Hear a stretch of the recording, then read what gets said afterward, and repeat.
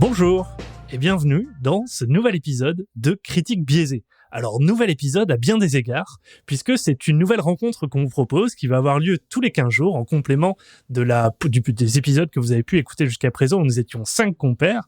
Nous sommes désormais 3 dans le but d'adresser un problème, je pense, que nous rencontrons tous. Il y a un océan de contenu, énormément de choses à voir sur toutes les plateformes de VOD et ailleurs, et on se demande toujours qu'est-ce que j'aimerais voir, qu'est-ce que je pourrais bien voir et que j'aimerais vraiment que mon temps investi soit le bon. Et on se propose d'y répondre au cours de cet épisode de Critique biaisée avec Romain. Salut Romain. Salut. Olivier. Salut à tous. Et du coup, moi-même. On va vous donner du coup une série ou un film qu'on a bien aimé cette semaine, vous le décrire un petit peu et vous donner envie ou pas de le regarder. Et n'hésitez pas à nous faire d'ailleurs des feedbacks sur tous les réseaux sociaux de Critique biaisée. Romain, si tu veux bien, on va commencer avec toi, avec ce que tu as regardé du coup cette semaine. Allez, c'est parti. Romain. Ouais. Alors, moi, c'est un film cette semaine qui est sur Prime Video, qui vient de sortir, qui s'appelle One Night in Miami. Donc, ça va nous raconter l'histoire qui se déroule en février 64, le soir où Cassius Clay devient champion du monde de boxe pour la première fois. En ces temps de ségrégation raciale, il ne peut pas fêter sa victoire en public avec les autres athlètes. Donc, il va donc se confiner, c'est assez raccord avec la thématique du moment, il va donc se confiner assez pile-poil avec ses 3 meilleurs amis dans une chambre de motel pour fêter ça. Et ses 3 meilleurs amis sont donc Malcolm X, Sam Cooke, le producteur et chanteur très célèbre, et Jim Brown, qui était un super athlète de NFL. Alors, voilà, moi, je suis désolé de te dire, je connais pas le producteur de musique très célèbre. Sam Cooke, si, je pense que tu le connais. Je te ferai écouter après. Tu verras. Allez. En vrai, il a fait des trucs assez célèbres. Donc voilà, ça c'est le pitch. Ça part de ça. Et du coup, je vais essayer de vous dire pourquoi il faut le voir ou pas. Moi, j'ai vraiment aimé. Après, je pense que c'est très clivant. Ce film ne plaira pas à tout le monde. Je pense que déjà, à minima, il faut connaître les protagonistes. Bon, Malcolm X, je pense que ça parle plus ou moins à tout le monde. Cassius Clay, donc Mohamed Ali aussi. Les 2 autres, peut-être un peu moins. Et il faut aussi s'intéresser à ce qui a pu se passer aux USA durant cette période. On est en pleine ségrégation raciale, donc le combat de Malcolm X. C'est vraiment, on est dans un huis clos. Le film dure 2 heures. C'est un huis clos entre les 4, pardon. Et il va y avoir des conversations parfois tendues entre toutes ces superstars. Ils vont chacun essayer. Ils sont chacun à l'aube d'un grand changement pour tous. Il y a Cassius Clay qui deviendra du coup Mohamed Ali en se convertissant à l'islam. Jim Brown qui est en pleine reconversion, qui est donc une star de la NFL à l'époque et qui se dit moi le futur c'est le cinéma pour moi. Donc rien à voir. Il y a Malcolm X qui est vers la fin de sa vie, il est mort 1 an après, assassiné, et là qui tend vers l'extrémiste et on sent que c'est un peu tendu avec les autres. Et Sam Cooke qui écrivait des petites histoires un peu trop frivoles et qui est en train de se lancer dans des textes un peu plus compliqués, un peu plus j'ai pas les mots, un peu plus pour la cause, on va dire. Salé. Je crois que un peu salé. salé, voilà. Ouais. Parce que l'assaisonnement, c'est important. Poivré, non? Donc voilà, en gros, c'est ça. Essayez de le voir, c'est quand même très intéressant. C'est une histoire vraie, la nuit a vraiment eu lieu. Bien entendu, on ne sait pas ce qui s'y est dit. Il n'y a pas de mouchard, donc voilà, c'est supputé, qu'on suppute qu'il s'est passé ça. Mais c'est très sympa, c'est basé sur une pièce de théâtre éponyme de Kemp Power, qui est aussi au scénario. Et on retrouve à la réa l'actrice Regina King, donc lauréate des Oscars en 2019, lauréate pour son second rôle dans Sybil Street, c'est ça, et qu'on connaît très récemment pour son premier rôle dans la super série Watchmen. Et voilà. Énorme. Waouh. Ça fait envie. Alors, moi, je le regarderai. La question, c'est ce que j'allais demander. Autour de la table, qui a envie de le regarder, ouais. Ah, je le regarderai, je pense. Moi, je l'ai vu, du coup, mais ouais. Ouais, moi aussi. Je crois que je le regarderai aussi. Et vraiment, ta description donne grave envie. L'univers politique, etc., qui est derrière, il est hyper intéressant. Puis on parle de personnalités qui sont... Il y a toujours un truc assez intéressant sur les biopics, entre guillemets. Là, on est un peu dans un multi-biopic même. Franchement, ça a l'air trop kiffant. Ah, ça a l'air charmé. Ouais, je regarderai. Super. Surtout que c'est vraiment, ils sont tous à un moment de leur carrière où ça va être un grand chamboulement pour les 4. Donc Cassius Clay qui a 22 ans, très jeune, très très foufou, tiraillé entre la foi et la célébrité, c'est très compliqué. Malcolm X qui est sur la fin malheureusement. Donc c'est vraiment, je vous le conseille, vous allez voir, vous m'en direz des nouvelles. C'est noté. Trop bien. Super. T'as dit sur Prime, hein? Sur Prime Video, ouais. One Night in Miami. Génial. Bien. Olivier, t'enchaînes? Ah, c'est à moi. Ok, cool. Alors moi, je vais vous parler du film Hustlers, qui est sorti en 2019. Alors, ouais, Hustlers, mais qui aussi s'appelle Queens en France et au Canada. Ne me demandez pas pourquoi. D'ailleurs, je pense que vous allez le voir, le titre original est bien meilleur.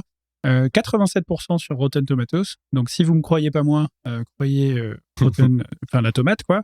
Alors, le résumé, c'est quoi? C'est un film qui raconte en gros l'épopée de stripteaseuses se liant d'amitié et qui vont s'associer en fait pour arnaquer des clients. Et ça, c'est au milieu des années 2000, quasiment pas loin de la crypte des subprimes, etc. Donc là aussi, il y a un fond économique, politique intéressant. Et donc, par le résumé, on comprend très clairement que on est bien sur des hustlers, donc des personnes qui sont des galériennes, en l'occurrence. Et du coup, c'est vachement intéressant. C'est tiré d'une histoire vraie, qui a été relatée dans un article du New York Magazine là, il y a plusieurs années et quelques temps après. Et du coup, la journaliste à l'origine, comme la réalisatrice et les protagonistes sont en fait toutes des femmes qui portent en fait un regard de femme sur une histoire de femme. Donc, pourquoi j'en parle et je le dis, c'est parce que même, par exemple, toutes les scènes qui vont se passer dans un strip club, la manière dont sont filmées les stripteaseuses, montrées et regardées, ce regard-là est vachement différent de ce qu'on voit dans les films qui sont plutôt réalisés par des hommes, pour des hommes. Et du coup, ça fait vachement bien de changer de perspective. Leur destin est pas particulièrement commun. L'histoire, elle est assez dingue, en fait, de ce qui va se passer, de comment, etc., etc. Et ça pose pas mal de questions intéressantes, notamment dans un monde de l'après-MeToo. Donc voilà, je vous invite clairement à le regarder. Le casting aussi, j'en ai pas parlé, mais qui est assez dingo. Il y a Jennifer Lopez qui a un des rôles principaux et qui franchement livre une prestation superbe. J'étais impressionné. J'avais pas forcément, je connaissais pas beaucoup sa carrière d'actrice, mais en fait, franchement, bravo. Et productrice aussi. Il y a Cardi B aussi, et etc. Donc c'est assez rigolo. Voilà. Donc Hustlers. Cool. Alors, est-ce que ça vous a donné envie de le regarder? Qu'est-ce qui t'a vraiment plu dans le truc? Qu'est-ce qui a fait que t'en parles là? Ouais. En fait, c'est vraiment le regard porté et moi j'aime bien Alors là, on est clairement dans ce qu'on pourrait appeler vous savez, dans les mangas, il y a ces mangas slice of life. Là, c'est vraiment cette idée-là, c'est cette idée on voit juste une partie de leur histoire de vie qui est pas du tout typique et qui montre aussi ce que c'est qu'être une femme, de jouer de sa féminité, qu'est-ce que c'est dans le monde des années 2000. Donc ça se passe à New York, pas loin de Wall Street, etc. Donc on est clairement dans un truc qui est vachement intéressant parce que c'est pré-MeToo, mais avec plein de sujets et de façons de raconter qui sont post-MeToo. Donc en fait, j'ai vraiment trouvé le sujet ultra intéressant. Ok, trop cool. Ok, donc le sujet vraiment à creuser, quoi. Ok, excellent. Trop cool. Bah ouais, moi je crois que... ça a l'air bien. Ouais, pas mal. Bon, moi j'ai entendu Gilo et j'ai dit allez, ok, on va regarder. Il en faut peu pour me convaincre. Et je l'ai pas dit, mais la bande son est très cool. La bande son est très cool. Et c'est comme question, je ne sais pas si tu l'as dit. On peut le voir où? C'est sur une plateforme ou c'est ailleurs? C'est une bonne question. Ouais, non, je l'ai trouvé ailleurs, effectivement. Sur les internets. C'est une belle plateforme, ailleurs.com. Donc quand ça passera sur Canal+. Voilà. Ok, donc Hustler, ça roule. Alors pour ma part, moi, c'est une série, il y a rien de politique ni de sociétal. Du coup, ma série choisie et ouais, était différente. Moi, je vais vous parler de Disenchantment. J'ai cru que c'était Riverdale. J'ai hésité avec Riverdale. Bon, comme vous l'avez vu dans les épisodes précédents de Critique biaisée, je suis plutôt une critique facile. Voilà, j'aime beaucoup de choses et j'aime Riverdale, j'aime plein de trucs, The 100. Bon, on en parlera plus tard. Mais du coup, là, je voulais parler de Disenchantment qui est sur sa saison 3 sur Netflix. Donc, il y a 3 saisons. C'est une série animée. Donc, c'est un dessin animé, qui a d'ailleurs été créé par Matt Groening, le papa des Simpsons. Donc, du coup, c'est une série avec plusieurs lectures, un peu comme les Simpsons, hein, qui a su vachement évoluer au travers des différents épisodes, au travers des différentes saisons aussi. Et ça alterne aventure, un petit peu de morale derrière, de l'humour, du sérieux. C'est super cool. C'est ultra relax. C'est assez court. Je crois que c'est 20-30 minutes de mémoire des épisodes. Et ça se regarde sans fin. Vous pouvez y aller, quoi. Le pitch rapide, c'est l'histoire de la princesse Tia Beanie, dit Bean, comme surnom original, légèrement alcoolique, notamment au départ, fêtarde, et qui vit dans le royaume fantastique de Dreamland. On verra d'autres royaumes d'ailleurs au travers des saisons. Il y a vraiment un travail autour du monde qui est fait, donc on trouvera Dreamland, Steamland, donc avec un univers à chaque fois très spécifique. Elle fait la rencontre dès les premiers épisodes avec son démon personnel. Elle est hantée par un petit démon qui s'appelle Lucy, comme Lucifer évidemment. Alors il n'est pas avec des pectoraux comme dans l'autre série de Netflix, hein, c'est un tout petit personnage tout mignon, mais qui est très cynique. Et également, elle fait la connaissance d'un elfe un petit peu rebelle. Il y a tout le monde des elfes qui est décrit. L'elfe s'appelle Elfo, et ça va construire finalement un trio qui va vivre plein de petites aventures, des aventures assez classiques, genre il y a une menace sur le royaume, il faut le sauver, mais c'est un peu un héros malgré elle, un héros un peu désabusé parce qu'elle veut pas porter ce rôle de héros, enfin d'héroïne, et des trucs vachement loufoques où à un moment donné ils doivent se rendre aux enfers pour sauver un personnage. Donc ça crée, l'animé d'ailleurs répond bien à ce problème-là, ça crée plein d'univers, plein de choses assez sympas à regarder. Donc voilà, grosso modo, Disenchantment, dernière saison, donc saison 3 qui va sûrement en appeler d'autres, qui est super cool, qui est dans la continuité, une évolution, des personnages chouettes, de l'humour, du fun. Vous pouvez y aller tranquille. C'est une bonne petite série. Donc je sais pas si je vous ai donné envie, mais moi franchement pas du tout, ça a l'air très et moi j'avais regardé le premier épisode de la première saison et j'avais lâché aussi, donc là pour le coup, okay. Alors peut-être que ça, j'aurais peut-être dû insister, mais je sais pas, j'avais pas accroché à l'univers. Ah, je comprends. Non, je comprends. Moi je déconne, moi j'ai bien aimé. Je trouve quand même la première saison, c'est vrai, pour ceux qui le démarraient, il y avait quelques longueurs. Il y avait des trucs qui étaient pas aussi. Tout n'est pas bien senti. Tu vois, par rapport à ce à quoi ils nous habituaient avec les Simpsons ou même avec Futurama. Voilà. T'avais des moments où tu disais.